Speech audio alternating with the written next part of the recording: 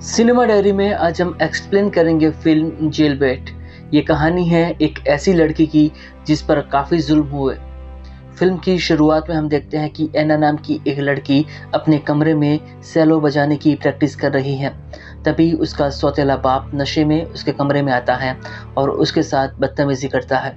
वो एना को थप्पड़ मार देता है और फिर उसके साथ ज़बरदस्ती करने की कोशिश करता है। एना खुद को बचाने के लिए उसे धक्का दे देती है। नशे में धुत एना का सौतेला बाप एक कोने में जाकर गिरता है और उसके गले में टूटे हुए गमले से गहरी चोट आती है। काफ़ी खून बह जाने के कारण एना के सौतेले बाप की वहीं मौत हो जाती है।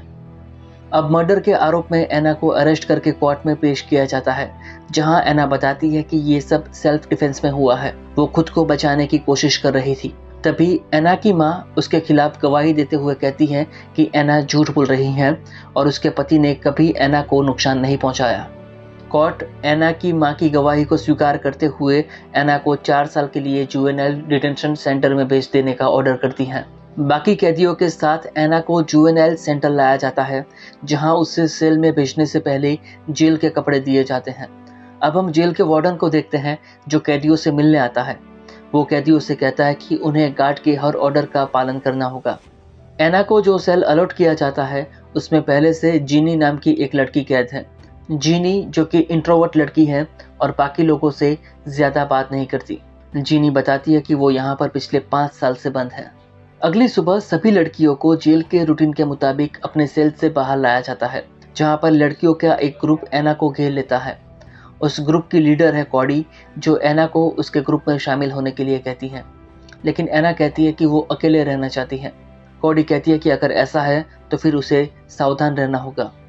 अगले सीन में हम देखते हैं कि एना जेल की कैंटीन में खाना खा रही है। तभी फिर से कॉडी वहां पर आती है और उसे बताती है कि दूसरी गैंग की लड़कियां उस पर कभी भी हमला कर सकती हैं। कॉडी उसे प्रोटेक्शन देने के लिए कहती है, लेकिन एना को इन सब बातों में कोई इंटरेस्ट नहीं है। वो वहां से उठकर जाने लगती है, जिसके बाद कॉडी और उसकी गैंग एना को स्टोरेज रूम में घेर कर उसकी पिटाई करते हैं। फिर उसे धमकी देते हैं कि अगर इसके बारे में किसी को बताया तो वे उसे जान से मार देंगे। घायल एना अपना इलाज करवाने के लिए जेल की डिस्पेंसरी में जाती है, जहां नर्स जेन एना को बताती है कि ये जेल एक खतरनाक जगह है और यहाँ के लोग बेहद क्रूर हैं। जेन एना को सुझाव देती है कि उसे जेल की गैंग से बचने के लिए जेल के वार्डन फ्रैंक से मदद मांगनी चाहिए, जिसके बाद एना जेल के वार्डन के पास जाकर उनसे मदद मांगती है।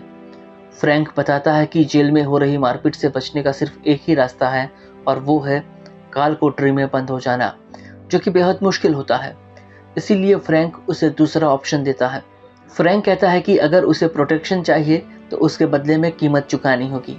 यानी फ्रैंक उसके साथ अकेले में वक्त बिताने के लिए एना को कहता है। एना फ्रैंक की इस घिनौनी डिमांड से इनकार करके अपने सेल में चली आती है। एना अपने सेल में रो रही है। जीनी उसे शांत करते हुए कहती है कि वो खुद इन सब से गुजर चुकी है। फिर जेनी एना को बताती है कि वो काफ़ी खूबसूरत है और उसे किस करती है और वे एक साथ सो जाते हैं।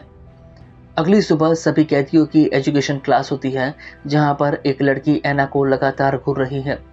क्लास के बाद वो लड़की एना को धमकी देती है और उसका मजाक उड़ाती है। इन सब परेशानियों से तंग आकर एना कोडी की गैंग से मदद मांगने का फैसला करती है। एना कोडी के पास आ रही है, तभी गैंग की एक मेंबर जोई एना पर हमला कर देती है। एना भी पलटवार करती है। ये देखकर कोडी इम्प्रेस होती है और उसे अपनी गैंग में शामिल करने के लिए एग्री करती है। अब कोडी एना को लेकर अपने कमरे में आती है, जहां पर जेल में बैन सारी चीज़ें मौजूद हैं, जैसे कि टीवी, मोबाइल, शराब, सिगरेट और ड्रग्स। कोडी एना को बताती है कि उन्हें ये सारी चीज़ें जेल वार्डन फ्रैंक के साथ एक डील करने से मिली हैं। गैंग में शामिल होने के बाद कोडी एना को ऑर्डर देती है कि उन्हें उस लड़की को पीटना होगा जो एना को लगातार परेशान कर रही है, और वे इस फाइट को मोबाइल पर रिकॉर्ड करेंगे। अब वो लड़की फिर से एना के सामने आती है। तब एना उस लड़की पर हमला कर देती है।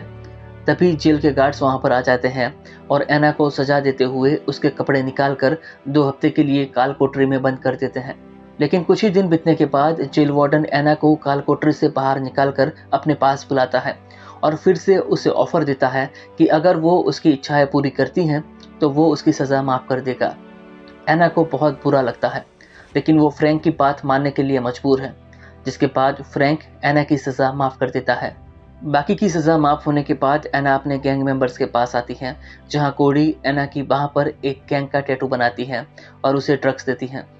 कुछ दिन बाद एना की माँ जेल में उससे मिलने आती है, जो आज भी मानती है कि एना के साथ उसके सौतेले पिता ने कुछ नहीं किया था। लेकिन एना सौतेले पिता को राक्षस कहते हुए रोने लगती है, जिसने उसके साथ बहुत ही बुरा व्यवहार किया था। ये सुनकर एना की माँ उसे थप्पड़ मार देती है और वहाँ से चली जाती है। अगले दिन दूसरी गैंग की लड़कियां कोडी की गैंग पर हमला कर देती हैं। कुछ ही देर में वहां पर गार्ड्स आकर बीच बचाव करते हैं। एना को फिर से वार्डन के पास ले जाया जाता है, जहां वार्डन एना को बताता है कि उस पर हमला करने वाले गैंग को 2 हफ्ते के लिए कालकोठरी में बंद कर दिया गया है। फिर जेल वार्डन एना को ड्रग्स देकर उसका फिर से फायदा उठाता है। कुछ देर बाद एना अपने सेल में वापस आती है और जीनी से कुछ सवाल पूछती है, लेकिन जीनी एना की बात का जवाब नहीं देती। इसलिए नशे में एना जीनी को थप्पड़ मार देती है। जब एना को रियलाइज होता है कि उसने गलत किया, तब वो तुरंत जेनी से माफ़ी मांगती है। अब एना जेल में जो चल रहा है उससे तंग आ चुकी है और वो लगातार ड्रग्स लेना शुरू कर देती है। इसलिए कोडी उसे कमरे से बाहर निकाल देती है। एना जीनी से बात करने की कोशिश करती है, लेकिन जीनी उससे बात करना नहीं चाहती। एना लगातार ड्रग्स ले रही है, तब कोडी उसके पास आकर रोकती है, लेकिन एना कोडी से बदतमीजी से बात करती है। इसलिए कोडी कहती है कि अब से वो उसकी सुरक्षा नहीं करेगी। अगले ही दिन दूसरी गैंग एना की फिर से पिटाई करती है। वहीं एना लगातार ड्रग्स ले रही है, इसलिए उसे हेलुसिनेशन होने लगता है। वो लगातार खुद को मारने के बारे में सोचती रहती है। कुछ दिन बाद नशे में एना उसकी दुश्मन गैंग की लड़कियों पर हमला करती है, जिससे जेल में हंगामा हो जाता है। गार्ड्स वहां पर आ जाते हैं और एना को फिर से कालकोठरी में बंद कर दिया जाता है। अपनी लाइफ से परेशान हो चुकी एना खाने की प्लास्टिक ट्रे तोड़कर अपनी नस काटने की कोशिश कर रही है। तभी एक जेल अफसर उसे देख लेता है। एना की जान तो बच जाती है और उसे साइकियाट्रिक वार्ड में भर्ती कराया जाता है, जहां एना पर कुछ टेस्ट होते हैं। एना उसकी माँ को मिलना चाहती है। जब एना की माँ उसे मिलने आती है, तब वो कन्फेस करती है कि वो जानती थी कि उसका सौतेला बाप कितना क्रूर है, और वो एना से माफ़ी मांगती है। कुछ दिन बाद जेल वार्डन एना को अपने सेल में जाने की परमिशन दे देता है, जहां एना उसकी बाह पर किया गया टैटू हटा रही है। वो फिर से जेनी के साथ दोस्ती करती है। अगले दिन जेल कैंटीन में कोडी की गैंग एना को ताने मारती है और एक लड़की आकर एना का मुंह खाने की प्लेट में मार देती है, जहां उसकी रक्षा करने के लिए कोई भी मौजूद नहीं है। इसलिए एना को बहुत बुरा लगता है। अगले दिन जेल वार्डन एना को अपनी कैबिन में बुलाकर उसे सेलो बजाने के लिए कहता है। वार्डन चाहता है कि जेल में टैलेंट शो में एना ये सेलो बजाए। जब एना वार्डन की कैबिन से बाहर आती है, तब कोडी और उसकी गैंग के लोग एना को पकड़कर उसके चेहरे पर घाव देते हैं, क्योंकि एना ने उनकी गैंग का टैटू अपने हाथ से हटा दिया था। वे एना को बुरी तरह से पीटकर उसके हाथ पर चोट पहुंचाते हैं, ताकि वो टैलेंट शो में परफॉर्म न कर पाए। एना जेल डिस्पेंसरी में ट्रीटमेंट के लिए जाती है, जहां जेल वार्डन आता है। एना बताती है कि उसे कोडी ने पीटा है। जब जेल वार्डन वहां से चला जाता है, तब एना डॉक्टर जेन को वार्डन की सच्चाई बता देती है, जो लगातार उसका शोषण कर रहा है, और ये सब वार्डन कैमरे से अपनी कैबिन में देख रहा है। कुछ दिन बाद जेल के कैदी डॉक्टर जेन पर हमला करते हैं। इसलिए डॉक्टर जेन जेल वार्डन के पास जाकर कहती है कि वो उनकी सच्चाई दुनिया को बता देगी। जैसे ही डॉक्टर वार्डन की कैबिन से बाहर आती है, वार्डन डॉक्टर को ख़त्म करने का ऑर्डर देता है। कोडी और उसके साथी डॉक्टर पर हमला करके उसे मार देते हैं, ताकि वार्डन के खिलाफ कोई गवाही न दे सके। कुछ दिन बाद टैलेंट शो में एना परफॉर्म करती है और सभी लोग उसके टैलेंट की प्रशंसा करते हैं। शो खत्म होने के बाद जेल वार्डन एना को बताता है कि अगले हफ्ते उसकी पैरोल पर सुनवाई होने वाली है। वार्डन एना को कहता है कि वो उसकी साइड लेगा, ताकि उसे पैरोल मिल जाए। जब एना सेल में आकर जीनी को ये बात बताती है, तब जीनी कहती है कि वार्डन की बात पर भरोसा मत करना, क्योंकि उसने सभी लड़कियों के साथ ऐसा ही किया है। एना को उसकी पैरोल की सुनवाई के बारे में लेटर मिलता है। एना को भी लगता है कि जेल वार्डन उसे धोखा देगा, और वो वार्डन से बदला लेने के लिए मदद मांगने कोडी के पास आती है। कोडी एना की मदद करते हुए उसे अपना फ़ोन देती है और कहती है कि जब वार्डन उसके साथ बुरा काम कर रहा हो, तब उसे चुपके से रिकॉर्ड कर लेना। अब एना वार्डन की कैबिन में जाती है, जहां वार्डन पैरोल के लिए उसकी मदद के बदले में उसका शोषण करता है। वार्डन को सेटिस्फाई करते वक्त एना चुपके से वीडियो रिकॉर्ड कर लेती हैं। अगली सुबह एना के पैरोल पर सुनवाई शुरू होती है।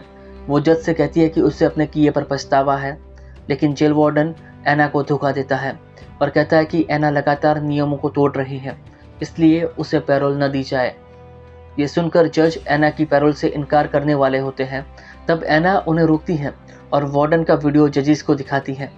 ये क्लिप देखने के बाद सभी जज शॉक हो जाते हैं, जिसके बाद वार्डन को कैदियों के हरेसमेंट के आरोप में अरेस्ट कर लिया जाता है।